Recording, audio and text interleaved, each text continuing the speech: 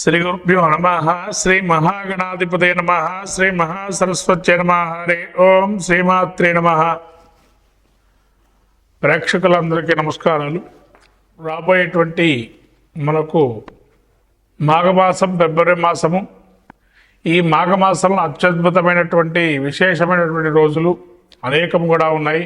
మాఘమాసంలో ముఖ్యంగా చెప్పాలంటే మనకు అందరికీ కూడా చిన్నపిల్లలకి అక్షరాభ్యాసము అనేది ప్రత్యేకంగా చేస్తాం ఈ మాఘమాసంలో. అదే వసంత పంచమి అంటారు.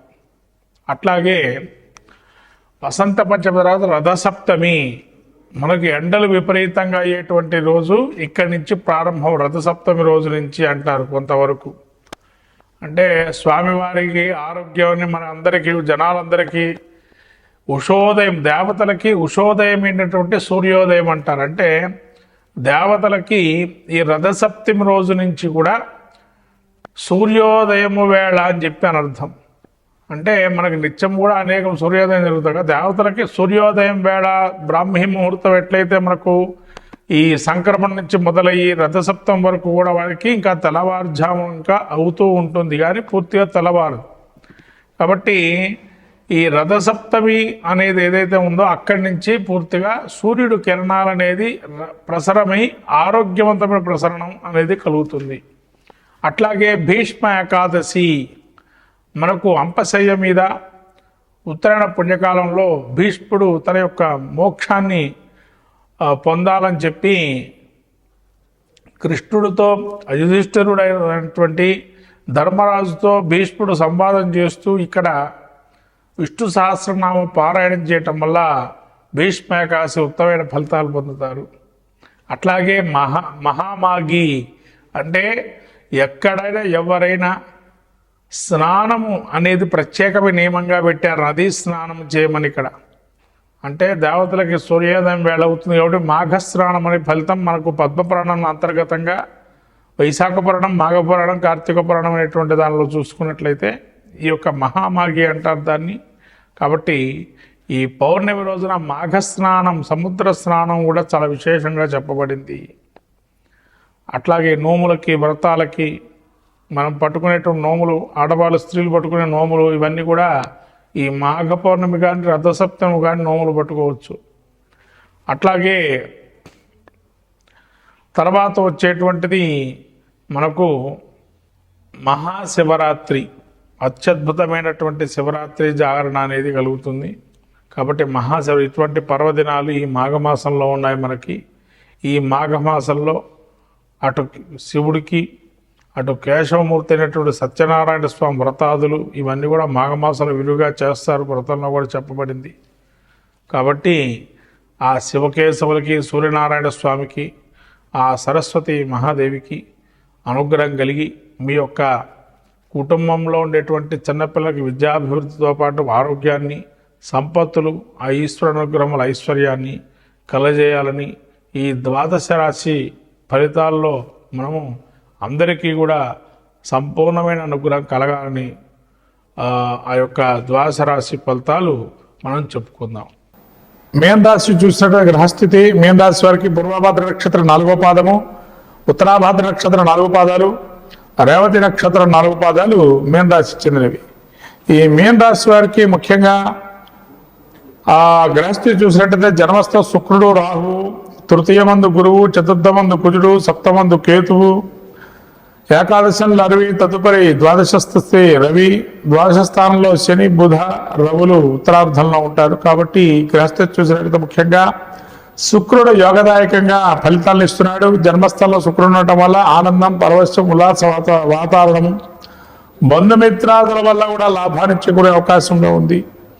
బంధుమూలకంగా, కుటుంబమూలకంగా ఒక మంచిదైన వాతావరణం ఏర్పడటం, ఇవన్నీ కూడా మంచిగా గోచరిస్తున్నాయి.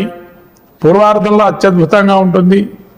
అట్లాగే ద్వాదశంలో శని, ఏళ్ళనాటి శని ప్రభావం ఉన్నా కూడా శుక్రుడు లగ్నస్థానంలో ఉండడం వల్ల అప్పటికప్పుడు కొంత రిలీఫ్ అనేది చాలా బాగా ఉంటుంది వీరికి.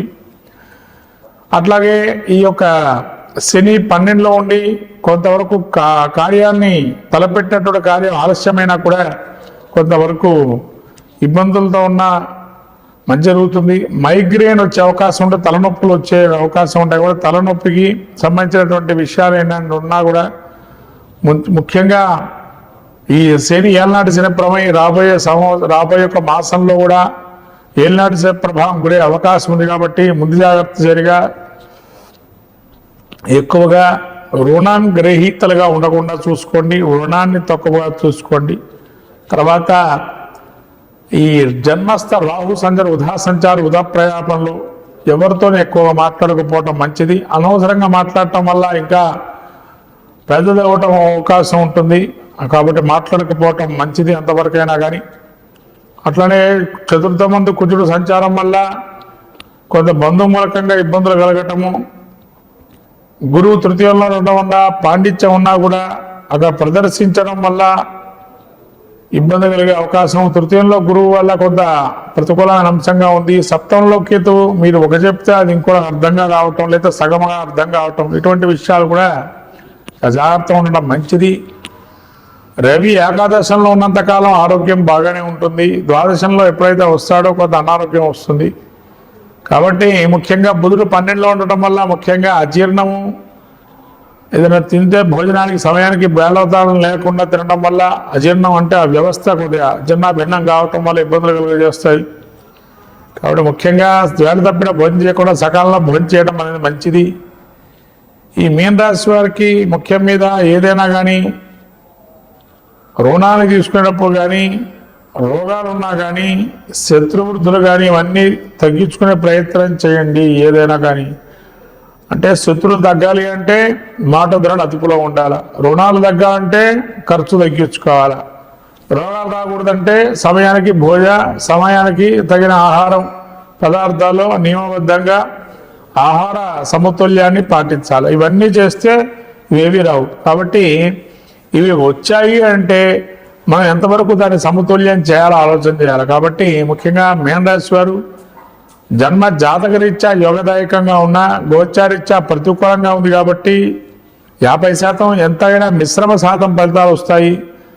మీన రాశి వారు ఈ యొక్క మాఘమాసంలో శివారాధన చేసుకోవడం వల్ల నవగ్రహ అనుగ్రహం కలుగుతుంది. అట్లానే రాబోయే ఈ వసంత పంచమి, మహామాఘి ఇలాంటి మహాపర్వదినాలు ఉన్నాయి.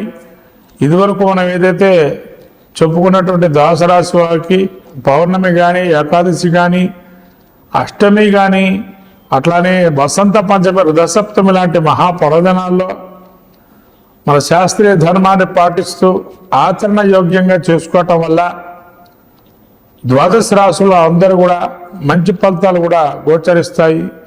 మొత్తం మీద ద్వాదశ రాశుల వారికి అందరికీ కూడా మాఘమాసంలో మనకు వచ్చేటువంటి పర్వదినాలు వసంత పంచమి, భీష్మాకాదశి, రథసప్తమి, భీష్మాష్టమి, అట్లా మహామాఘి, పౌర్ణిమ, ఇలా సంకష్టహార చతుర్థి, అలాగే మనకు వచ్చేటువంటివి ఇంకా మహాపుణ్య దినాల్లో మహాశివరాత్రి, ఇటువంటి మహాపర్వదినాలు. కాబట్టి ఈ పర్వదినాల్లో తగు జాగ్రత్తగా స్వామి అనుగ్రహాన్ని పొంది, ఆ స్వామి దేవతల అనుగ్రహాలు పొంది మీ యొక్క గ్రహస్థితిలో గోచారంలో కానీ, జాతక చక్రం కానీ పరిశీలన చేసుకొని తగినటువంటి శాంతి చేసుకోవటం మంచి ఫలితాలు గోచరిస్తాయి. కాబట్టి ఎవరైనా కానీ జన్మ జాతకరీత్యా కూడా కొన్ని గ్రహాలు అనుకూలంగా ప్రతికూలంగా ఉన్నాయి చూసుకోవటం మంచిది. తద్వారా ఈ చెప్పేటువంటి పరిష్కార మార్గాలు దానికి తోడుగా కొన్ని చేసుకోవటం వల్ల ఇంకా మంచి ఫలితాలు పొందుతారు ద్వాదశ రాశులు. శ్రీమం భూయా శ్రీమాత్రే నమః.